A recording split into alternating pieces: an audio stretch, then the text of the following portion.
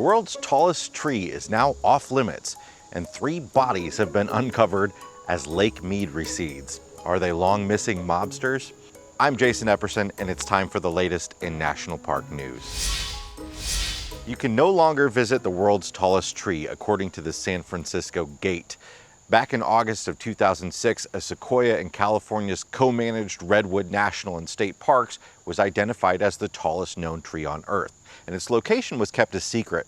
The tree's name is Hyperion, after the Greek sun god, one of the 12 titans. It's 380 feet tall, nearly 75 feet taller than the Statue of Liberty. It's estimated to have 550 million leaves and to be between 600 and 800 years old. It would have grown taller if it weren't for a woodpecker that stunted its growth. Biologist James C. Spickler first ascended the tree and measured its massive height, but the parks decided to keep the location a secret to protect it from humans. It's in a remote area through dense brush with no nearby trails, no cell signal, and spotty GPS access. And it's vulnerable. Redwood roots don't grow deep, and soil impact is detrimental to them. Unfortunately, the secret got out, and tree enthusiasts have been making the difficult trek into the dense woods to see what's frankly a rather unimpressive sight. You can't tell anything about the tree's height from the base, and its trunk isn't nearly as wide as other tall redwoods. And because of the natural patterns of tree growth and decay, there's a good chance Hyperion won't even be the tallest tree for much longer. One reason why the park hasn't created a trail that leads to it. Trash and human waste have been found in the area, and there's damage to the base of the tree. And of course, people have to whack through the vegetation to get to it, leaving informal trails behind. That's prompted the park to close a large area of land around the site indefinitely. Trespassing could cost you $5,000 and 6 months in jail. Redwood National and State Parks are home to many of the tallest trees on Earth, including the second and third largest, Helios and Icarus. But the parks also protect vast prairies, oak woodlands, wild rivers, and 40 miles of rugged coastline. So much more in a minute, including potential mobsters at the bottom of Lake Mead and a lot of cute puppies. But first, RV temperatures can be all over the place on hot summer days, creating potential danger zones for traveling pets. If you're a pet parent and like to visit national parks, a great way to ensure your pet stays safe while out on the trail is the Waggle Pet Temperature Monitor. The Waggle Pet Monitor, available in GPS or light versions, features real-time alerts such as temperature and humidity changes, RV power loss and restore notifications, and a rechargeable battery, allowing you to take quick life-saving action. Waggle works with built-in 4G cellular, meaning no Wi-Fi is needed. It works wherever there's a Verizon signal. The upgraded GPS version comes with an LCD screen and features like geofencing, which allow you to safeguard your pet and RV while away, along with GPS tracking.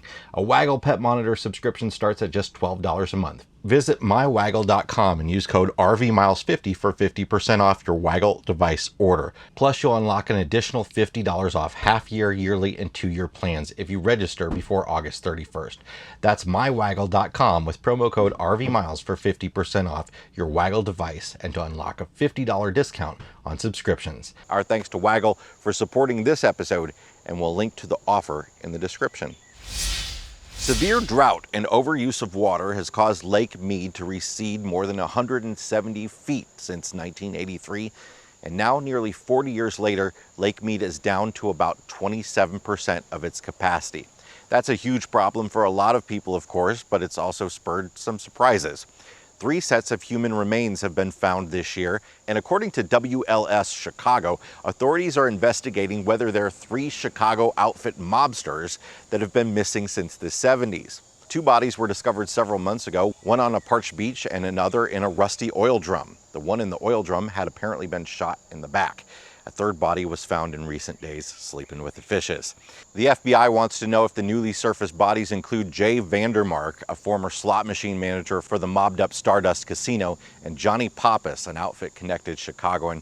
Both men vanished in 1976. The 3rd could be Billy Bahama Crespo, a mob drug courier. Johnny Roselli, one of Chicago's most notorious mobsters, was found in a barrel in Biscayne Bay, Florida in 1976, the same year 2 of the Vegas men vanished. Early this past week, Bandelier National Monument Rangers discovered damage in a popular area on the Pueblo Loop Trail known as Cave Kiva, according to a press release. Kivas are sacred sites and centers for religious and social life for Pueblo people today, just as they were for their ancestors. This kiva is one visitors are allowed to access by climbing a short ladder.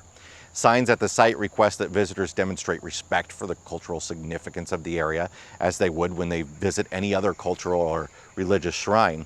Rangers on the trails in the visitor center also remind the public of the importance of the area to the 23 tribal nations that are affiliated with the monument. But despite these efforts, the site was significantly damaged by vandals. Public access to the space has been revoked. The ladder has been removed and closure signs are posted. Deconstruction of archaeological park resources could result in felony charges, restitution fines, and imprisonment. Law enforcement rangers are investigating, and if you have any information that could help, you could call the park. Up to $5,000 is offered for information leading to the identification, arrest, or conviction of those responsible. Glacier National Park has released the names of 2 men killed in a climbing accident on Dusty Star Mountain. The mountaineers were 67-year-old Brian Mackenzie Kennedy from Columbia Falls, Montana, and 67-year-old Jack Dwayne Beard from Kalispell, Montana. According to park staff who knew the men personally, Kennedy and Beard were considered expert climbers and have been summiting mountain peaks in Glacier National Park for decades. The men were reported missing on July 24th, and park rangers located their vehicle at the trailhead on the same day. An air search took place through daylight and darkness until on the morning of July 25th, the bodies were located and recovered. Separately, last Monday morning, a 79-year-old man from Florida fell to his death while attempting to ascend a steep off-trail slope with a group of friends. The incident occurred several hundred feet above the Two Medicine campground on Rising Wolf Mountain. The friends descended to his location, yelled for help, and called 911. The man was declared deceased on site. Stay on those trails, folks. Finally, Denali National Park has turned the puppy cam back on. The Denali sled dog kennels have been in operation for 100 years, and in commemoration, this year's litter share the names with the first dogs acquired to patrol the park in 1922. Mushing is a cultural tradition across Alaska that dates back many thousands of years. It also provides the National Park Service the most effective available means to patrol vast areas of designated wilderness during the long winter season. Managers of the historic Denali sled dog kennels take great care in breeding for qualities suitable for the challenges and responsibilities of a Denali sled dog. Physical traits include long legs to break trail through the deep snow, compact paws to resist buildup of ice between toes, and sturdy coats and puffy tails to keep warm in the depths of subarctic winter. Character traits include tenacity, an unbridled love to pull and run as part of a team, and social skills that tolerate attention of many thousands of admirers who visit the kennels each summer.